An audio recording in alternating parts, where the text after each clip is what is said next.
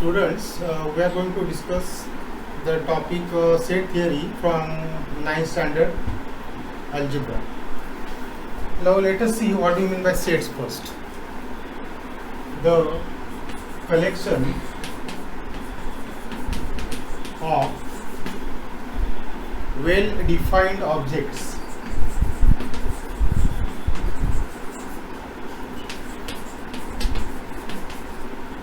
is called a set. Now there are two things we want to discuss. One is the collection and second one is the well-defined objects. The collection, you know what you mean by collection, but that collection should be a well-defined object, collection of well-defined object. What do you mean by well-defined objects? Sets are, the meaning of well-defined is one should clearly and definitely decide the objects of the set. याचा अर्थ काय तर set मधले लिहिलेले objects हे नक्की असले पाहिजेत. मला एक वाटतात, उद्या दुसरा शिक्षक आला तर त्याला ते वाटतील, एका तिसरा विद्यार्थी आला तर त्याला वेगळे वाटतील, असं असून चालणार नाही. त्या सेटमध्ये एकदा तो सेट लिहिला की त्या सेटमध्ये असणारे जे इलेमेंट्स आहेत ते सगळ्यांना सारखेच आहेत असं वाटलं पाहिजे. That what we call well defined. For example, if you consider days of the week, they are fixed. Anybody can write those 7 days of the week. First 10 counting numbers 1, 2, 3, 4, 5, 6, 8, 7, 9 and so on. Now planets in our solar system that are fixed. Months of the year they are also fixed. But the brave children in the class, suppose there are a class of 50 students and somebody will say that these 10 students are brave, somebody will feel that the another 5 are brave. So the braveness is a relative thing. एकाला काय वाटेल तेच दुसऱ्याला वाटेल असं नाही. Intelligent student in the class एखाद्या वेळी 10 इंटेलिजंट वाटले, एखाद्या वेळी एखाद्याला 12 वाटतील, एखाद्या वेळेला 15 वाटतील. म्हणजे ते जे काही विद्यार्थी असतील ते सारखेच असतील असं नाही. स्ट्रॉंग फोर्स इन महाराष्ट्र, एखाद्याला एखादा स्ट्रॉंग वाटेल, एखाद्याला वाटणार नाही. त्यामुळे जेव्हा असं आपण म्हणतो तेव्हा ते कलेक्शन कसं पाहिजे, तर वेल डिफाईन्ड पाहिजे. Now I think you understand what you mean by a set. It is a collection of not only object but well defined objects. Now sets are denoted by capital letters A, B, C and so on, and their elements by A, B, C, D and so on. And normally a set is written in a curly bracket, elements A, B, C and D, suppose. So this is how we write the set. Now if you observe one thing here, this A, B, C and D are elements of this set A. That means here you can write A is element of set A. How do you read this one? A belongs to A. A is a member of set A, and you will observe that E is not member of set A. You will write like this: E does not belong to A. E is not a member of set A. So these are two symbols that we can denote whether the element is member of the set or element is not a member of the set. Then let us see some sets which are well known. Set of n, that is natural numbers. You can write down it is 1, 2, 3 and so on. Set of natural number, आपण त्याला मराठीत नैसर्गिक संख्या असं म्हणतो. Secondly, you know that whole numbers starts with 0, 1, 2, 3 and so on. Whole numbers denoted by W.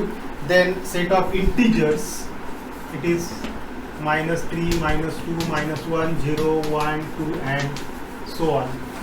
There are negative integers, positive integers, and 0 is neither negative nor positive. Then Q, set of rational numbers. I don't know whether in previous standard you know this one. We'll see this set in detail in the next topic. And then set R, that is real number. So these are some well-known sets: set of natural numbers, set of whole numbers, set of integers, set of rational numbers, and set of real numbers. Now we'll see next how to write a set using two methods. There are two methods of writing a set, and the methods are: first one, is listing or roster method. See, the name itself explains what do you mean by listing. You want to list or you want to write every element of the set. If it is possible to write down every element of the set, you say that method of writing set is the listing or roster form. So you write all elements of the set. We write all elements of the set. For example, suppose we write A is equal to 2, 3, 4, 5, 6 and so on. So for maybe B is equal to Sunday, Monday up to Saturday, or suppose C is equal to A, B, C, D, E and so on. So here we actually write all the elements of the set. Here we write all the elements of the set. Here we write few elements of the set. This is what we call the method of writing the set, that is a list method. Now you know second one, this is the first method, and second one it is called rule method or set builder form or set builder method. See the difference between this set and this set. Here we write not all the elements of the set, but we write the rule that satisfies the elements of the set. For example, suppose we write A x such that x belongs to I 1 less than x less than 7. Now if you observe, these are, how do you read this one? The elements are of the type x, where x are integers 1 less than x less than 7. So all integers between 1 to 7. So you know integers between 1 to 7, that is 2, 3, 4, 5 and 6. So the same set I have written here. So this way you write all elements, and this way you write only the rule satisfying rule. So these are the two ways by which you can write only one set. That means there are two methods of writing a set. It is not necessary that every set can be written in two methods. Some sets are written in two methods, some sets are written in only one listing method, or some sets are written in rule method. For example, suppose set of all elements of the type P upon Q, where P and Q are integers and Q not equal to 0. See, these types of elements we call as rational numbers. Set are denoted by Q. It is not possible to write down rational numbers, all rational numbers, using list method. So this is only way to write down the set of rational numbers, because there are innumerably, uncountably number of elements of the type P upon Q, where P and Q are integers and the denominator should not be 0. So this is where you can write down the set using the rule method, the rule that satisfies the elements of the set.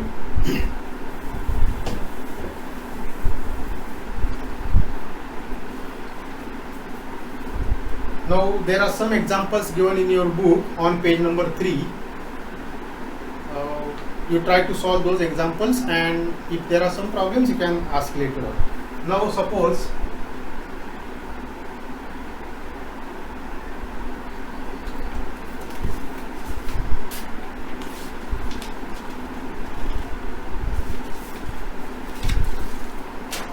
the examples we'll see later on. Let us see next, that is types of sets.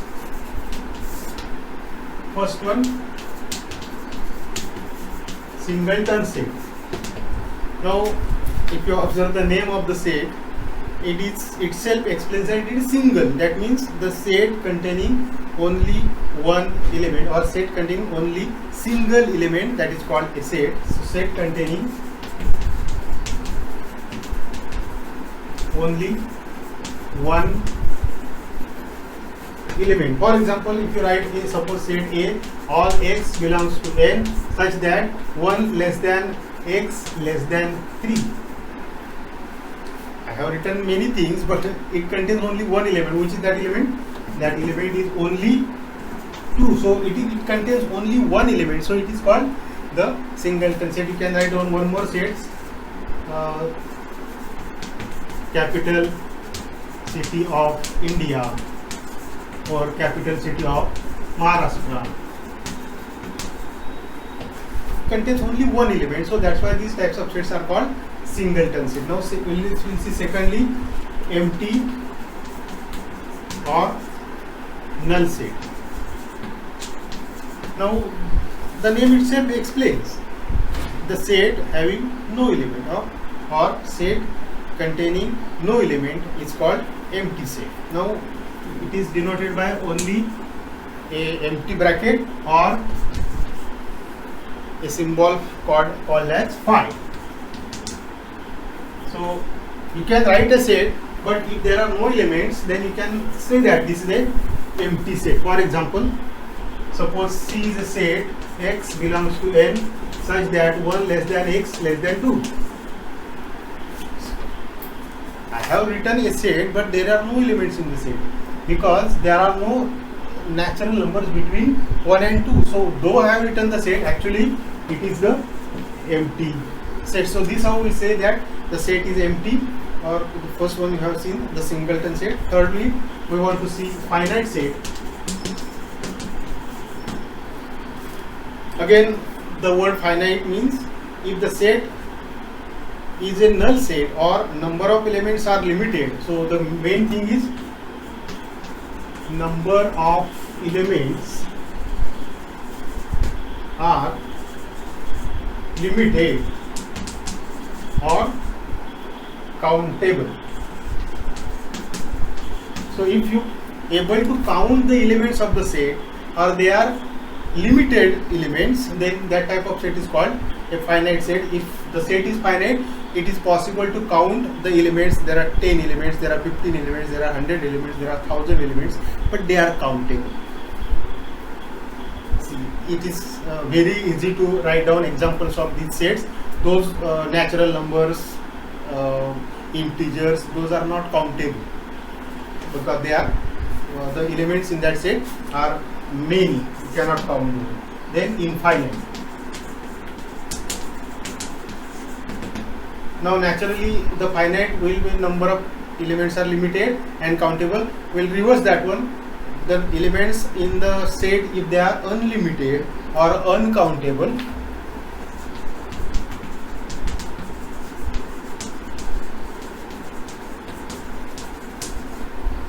unlimited or uncountable, then that type of set is called infinite set. One thing we should remember, if the set is a null set or set do not contain any element, does not contain any element, then that set is always a finite set.